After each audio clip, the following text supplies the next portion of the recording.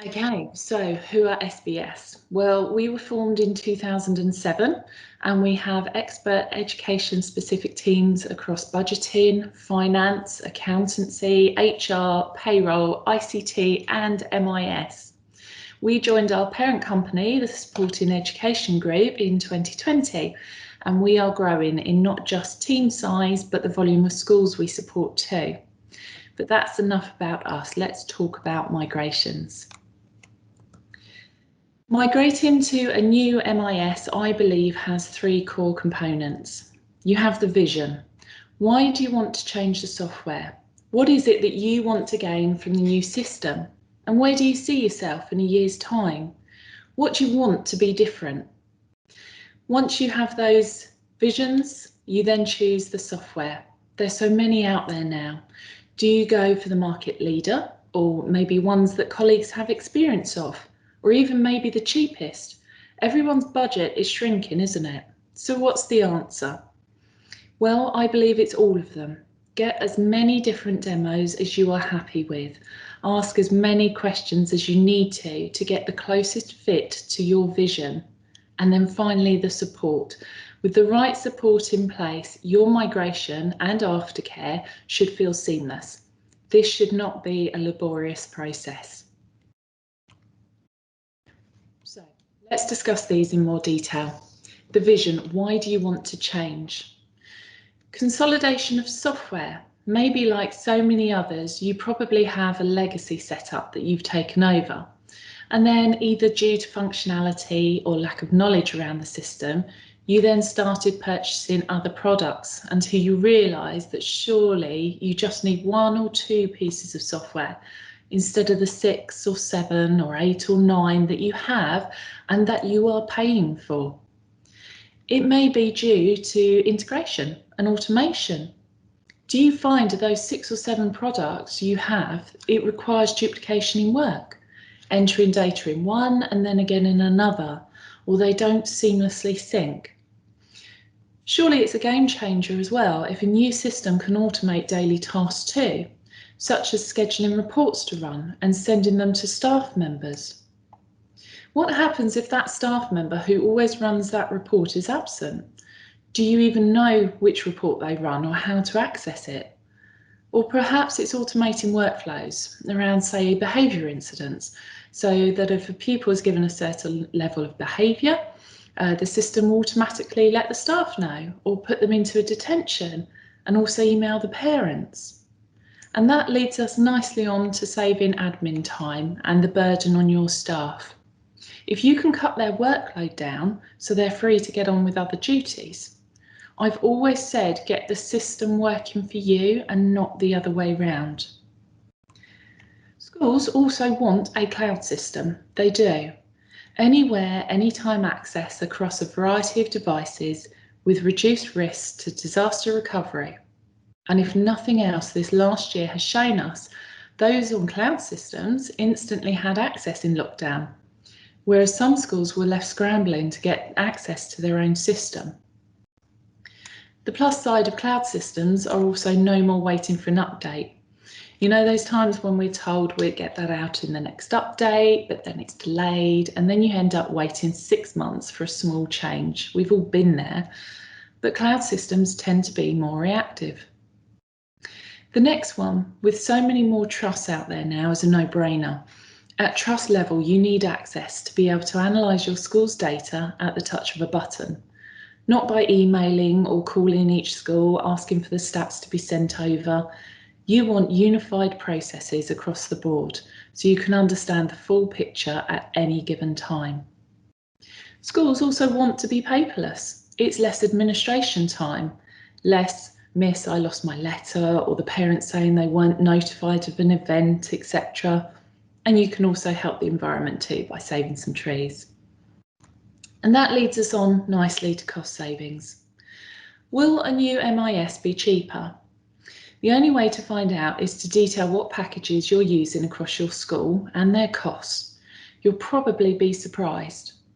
But look at this over a 5-year period, because that first year you'll have increased costs due to training and maybe project management. So what are your current combined costs at the moment? Have a look at a few of these ideas. Often the one surprise we get when we speak to schools is they forget what they have. When we first have that initial conversation and ask what software they're using, we normally get told they're MIS and possibly a communications package. But as we start to delve deeper and have those conversations, we get those classic phrases of, oh yes, I've got that. Oh, and I forgot we have that for our assessment and we have this for our behaviour. And then the actual total costs and the potential savings that you can make are an eye-opener. Now more than ever is the time to be stringent with your school budget. So what to consider? What are the benefits and the pitfalls of making such a big change? Although cloud and costs are the two main benefits, they're not the be-all or the end-all. Have a think about what your timescale is. Is it desperately needed due to other contracts running out, or do you have time to really investigate? What's your budget and what are your priorities for taking this on? It's no good jumping with the cheapest if you'll end up in the same position and then buying extra products again if the functionality doesn't match your priorities. Some schools put off migrating as they think they're too busy for such a big move, but actually it will save them time in the long run. What's your internet like at school? Does it need upgrading for this move to be a success? And what are the costs involved in that? Or maybe, do you actually need a new MIS? Perhaps you just need dedicated consultancy to help train your staff in the current software and make it a success. Maybe some new hardware. Do these outweigh the cost of a new system? Not every conversation we have results in a migration. Sometimes schools don't realise the capabilities of the system they already have. Now, point number 4, no MIS is the same, which is exactly why you're changing. But you need to think about what you specifically want as a school, your needs and which software is fit for that purpose.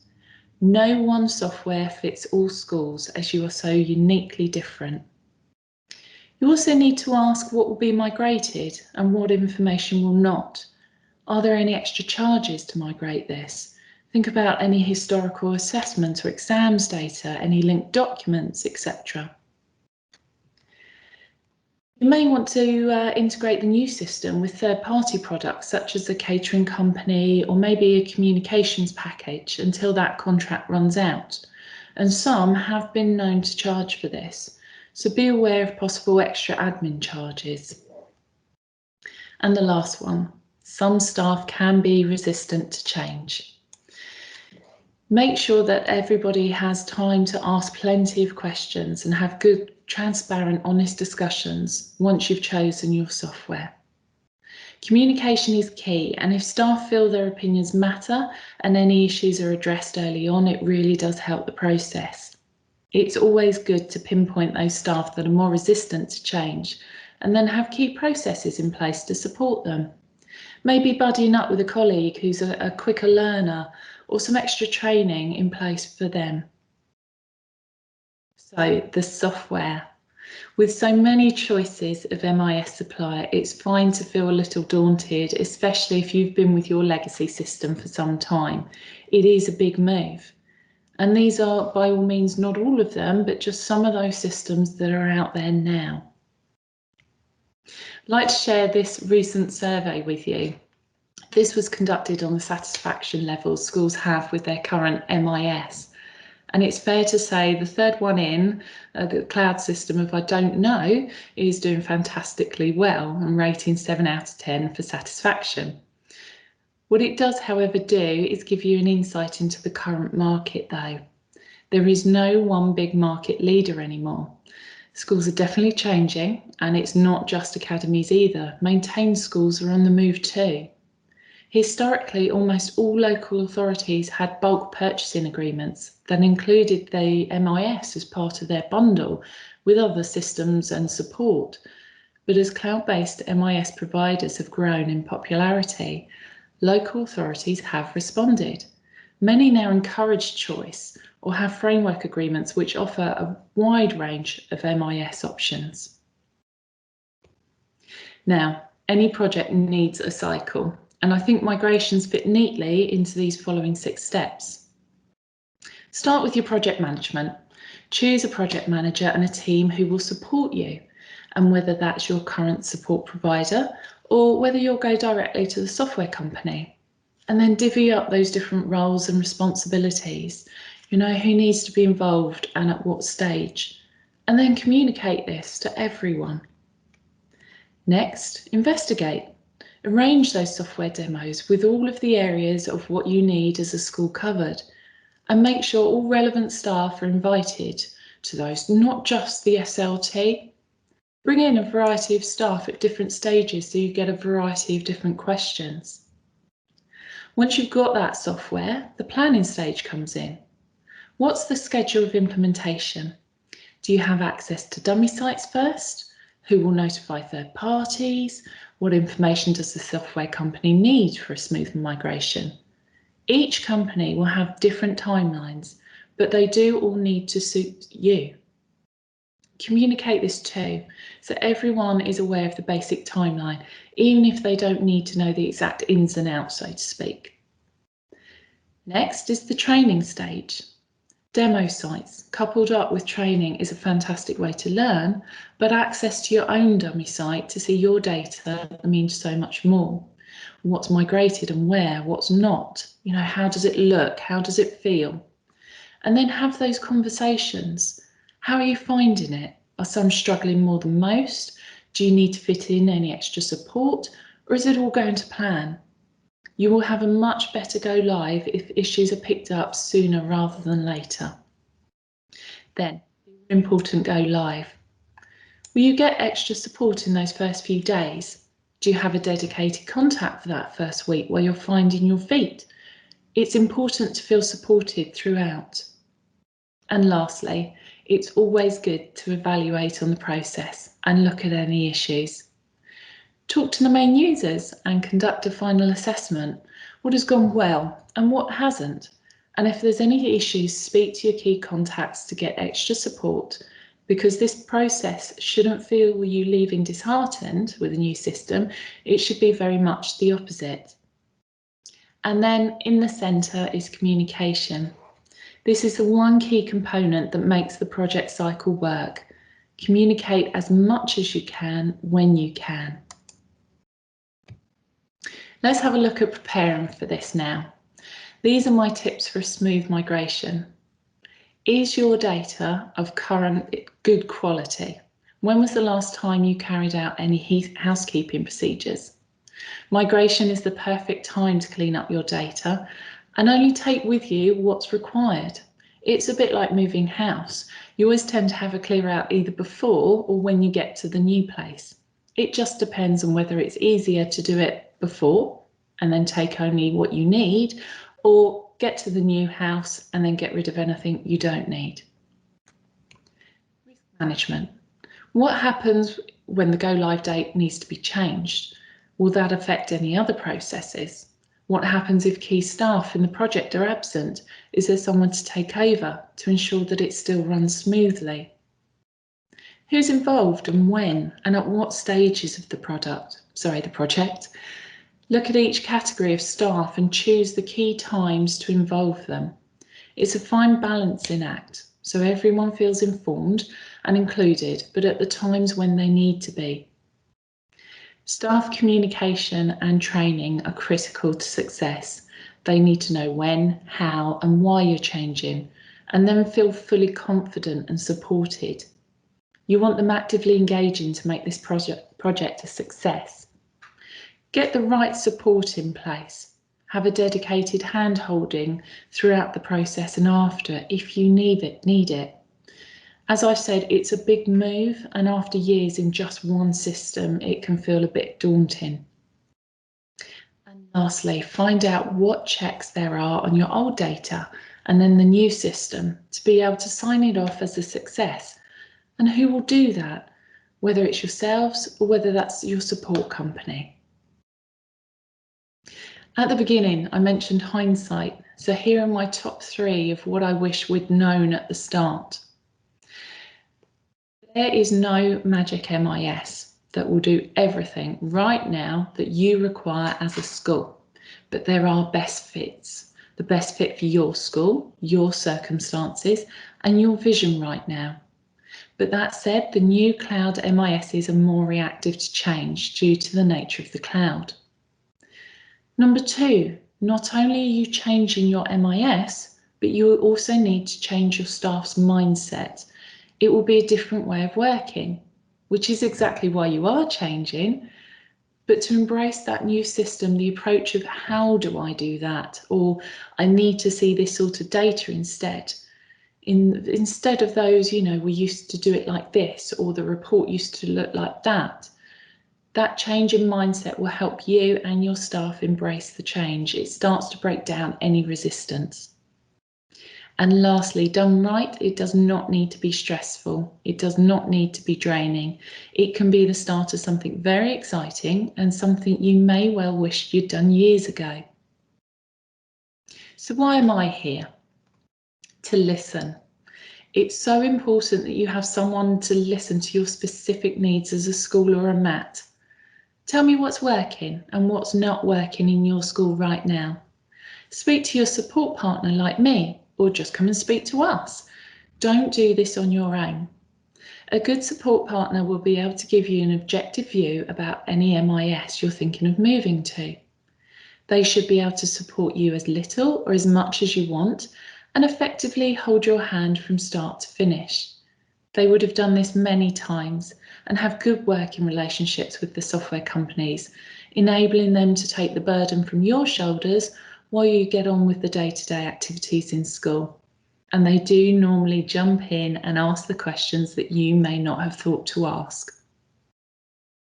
Have a look at what we offer. If you're not going to use the software company's support services, they usually have a list of accredited partners that they've met certain standards to give you good quality support and training, and that makes a huge difference. Ask how they're accredited too. Is it just for support or training also? And look for those extra areas of support that we offer here.